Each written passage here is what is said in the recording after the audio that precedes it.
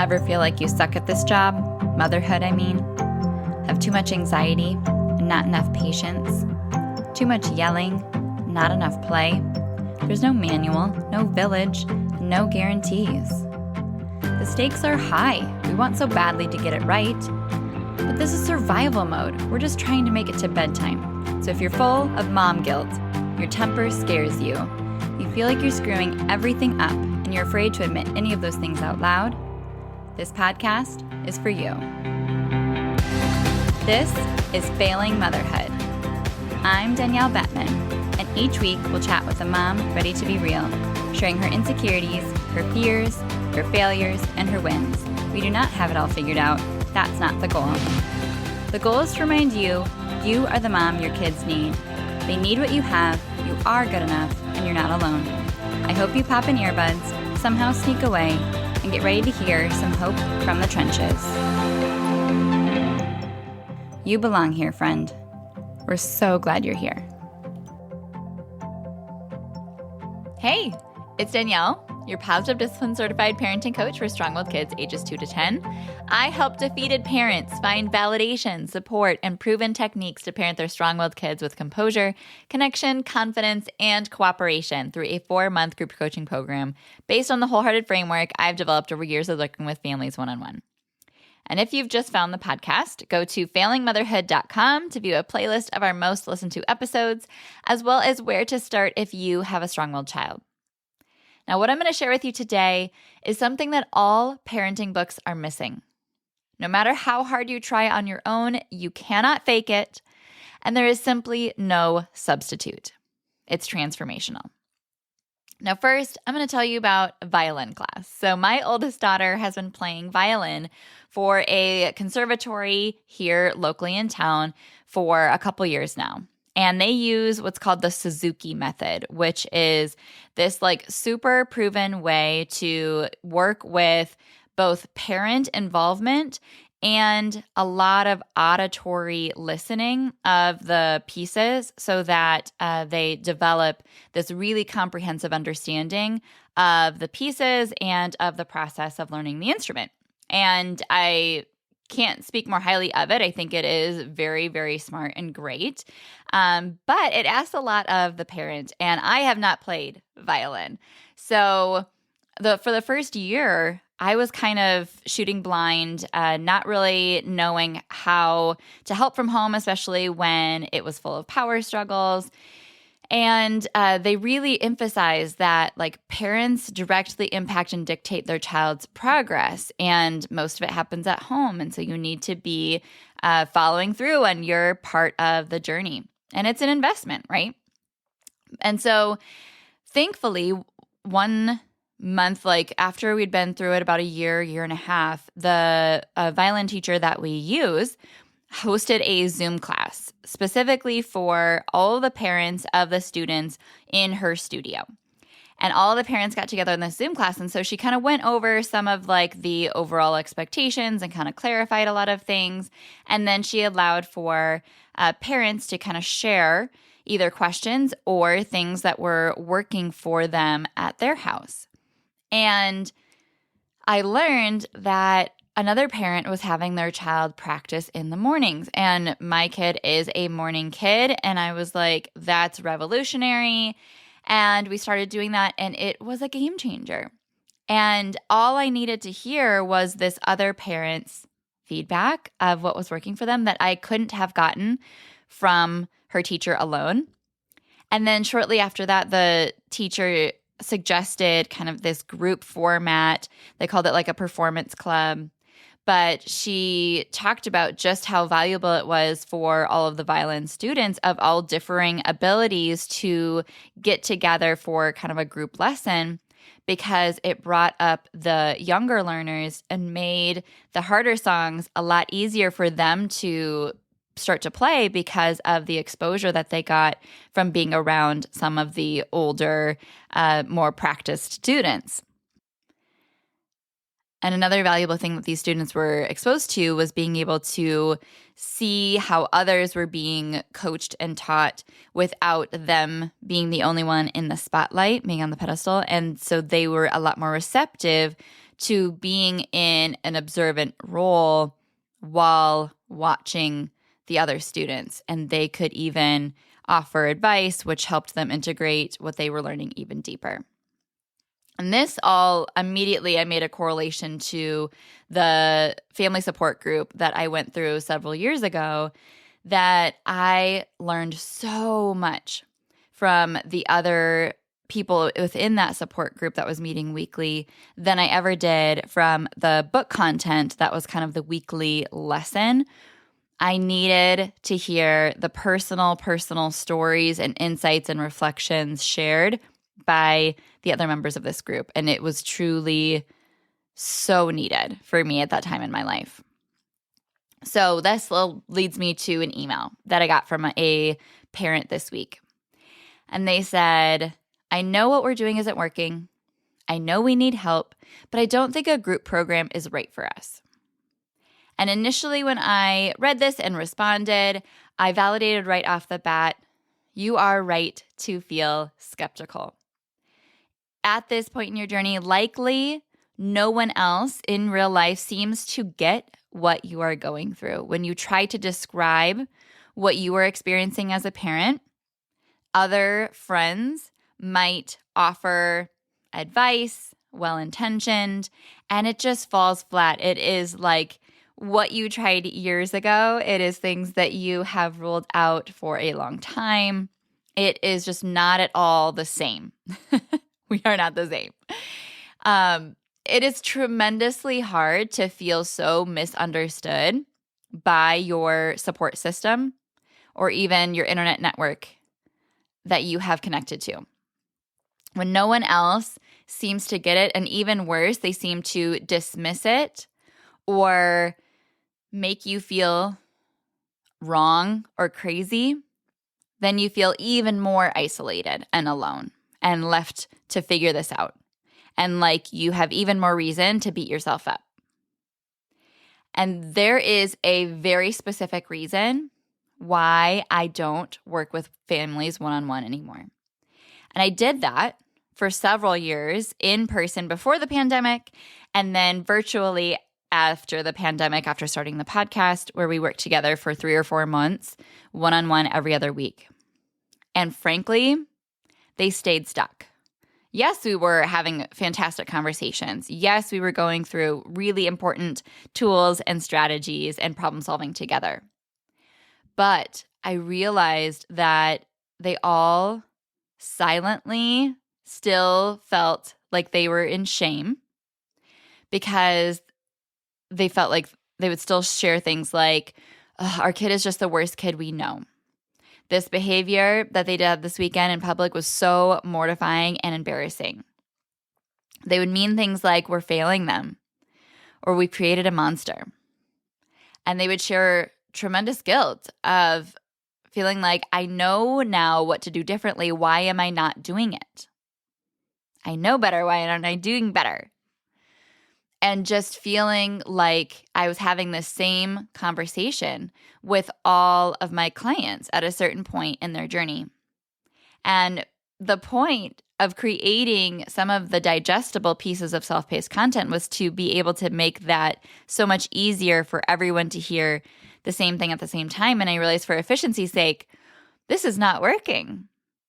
I'm still trying to convince with evidence and proof that I alone have heard these same fears, these things shared from another client. Believe me, trust me. And of course, you can't.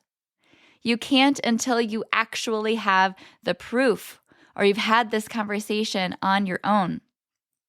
So almost 3 years ago, I started my group program. The first round, the first cohort, everyone started at the same time, and it was only 4 parents in the first round that started at the same time, or 4 families technically. And they shed so much guilt and shame. They broke free and they unlocked so much more momentum and progress. I realized the antidote. The antidote for shame and guilt is vulnerability and solidarity. It is something all parenting books are missing. No matter how hard you try, you can't fake it. And there is no substitute. It is transformational.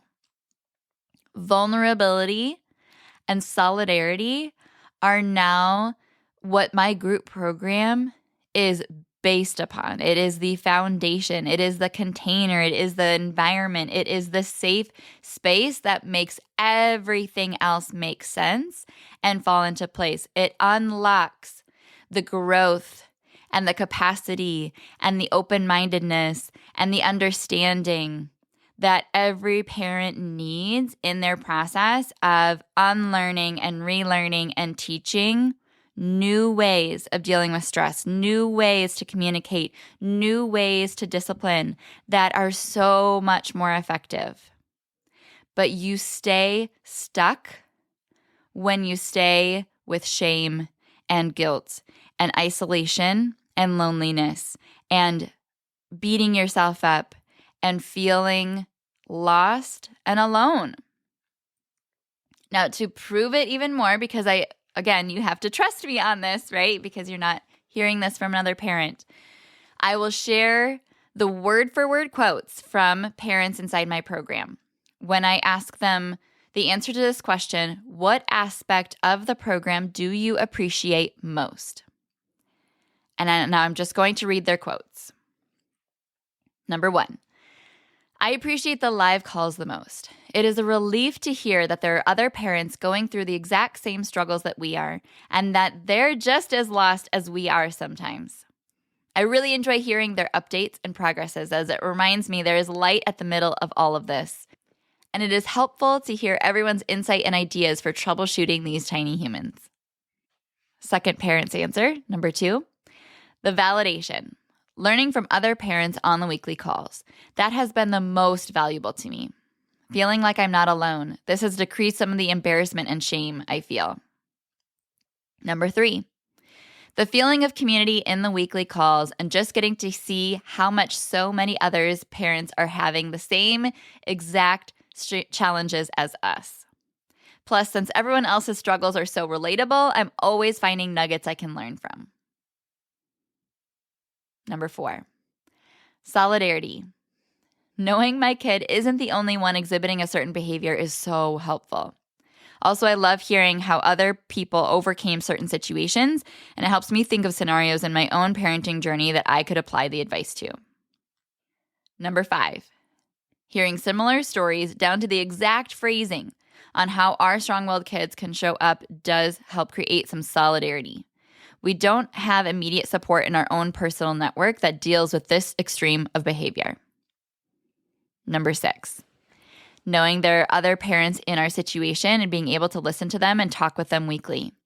Also having a social chat group to vent to and get real feedback other than just a friend's, "Oh, I'm so sorry." Number 7, we love hearing the wins, the questions, and the learning from each other on what others are struggling with. We also love being able to ask questions and get advice from other parents. Number 8, a sense of community. I feel really supported by them and like I'm not alone in this. There's also no judgment. I don't feel like I have to filter what I say because they have likely thought the same thing. Number 9, I love that the group is filled with a lot of very smart parents in professional careers that are also struggling. It brings comfort to know that I'm not missing something, or why can't I be smart enough to control my kids? Number 9, time for inputs from Danielle on our specific problems, learning from the other situations, and finally being in a group of people who understand life with a child like this, feeling so seen and heard. Number 10, not feeling alone. Since the first day, we could relate to the majority of problems that everybody was having. To know that you weren't alone is the best feeling, and it gave me a sense of peace. That is 10 different parents that were having the answer to what aspect of the program do you appreciate most, and that is what they shared. You can just hear how empowered they feel just writing that response, let alone the confidence they have now parenting in real time, in real life, changing that fundamental way of being and thinking and communicating and disciplining with their child.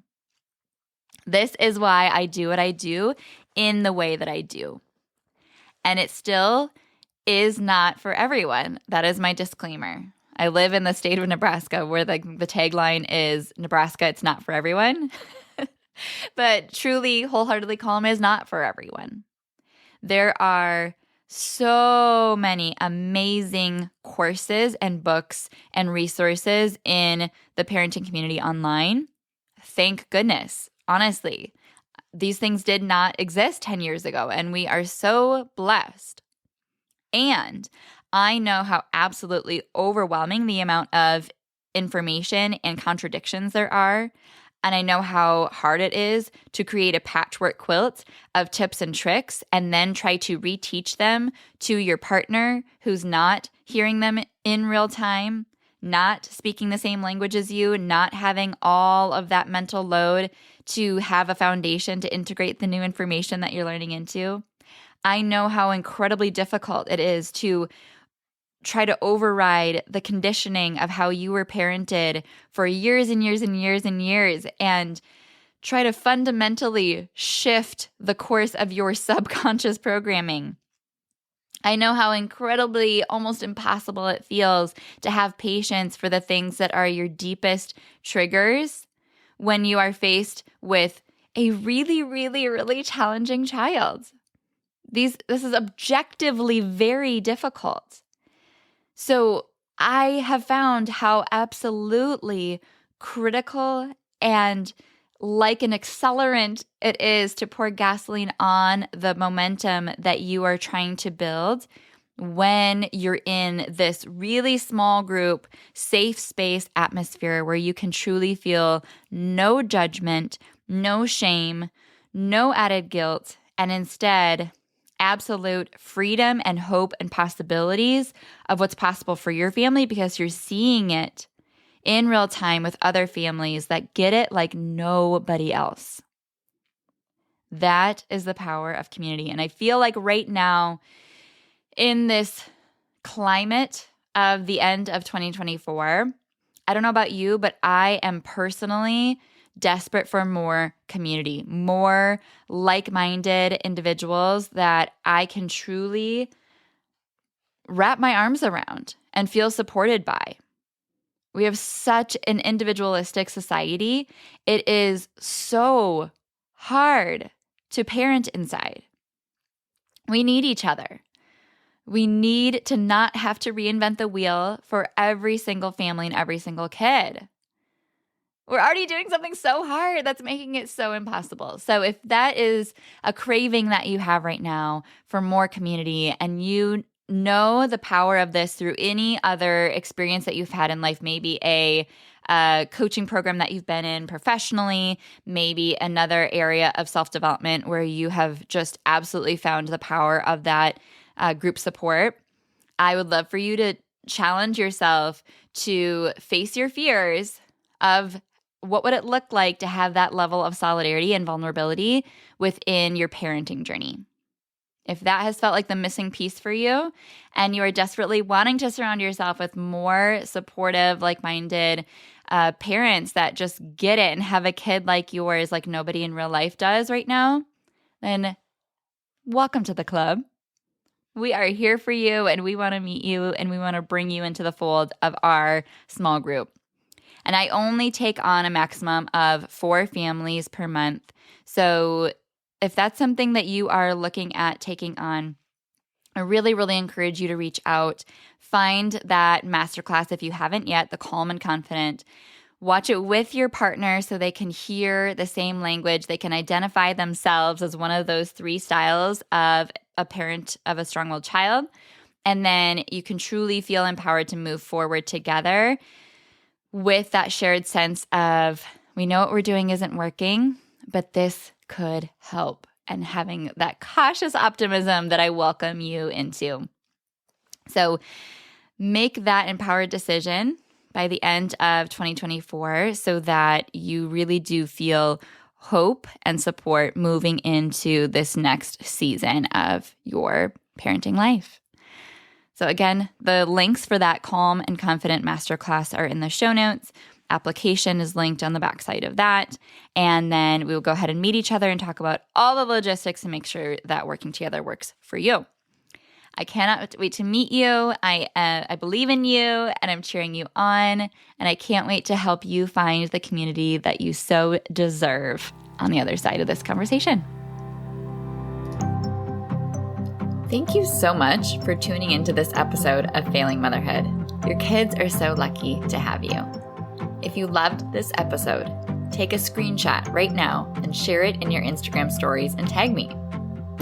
If you're loving the podcast, be sure that you've subscribed and leave a review so we can help more moms know that they are not alone if they feel like they're failing motherhood on a daily basis. And if you're ready to transform your relationship with your strong-willed child and invest in the support you need to make it happen, schedule your free consultation using the link in the show notes. I can't wait to meet you. Thanks for coming on this journey with me. I believe in you, and I'm cheering you on.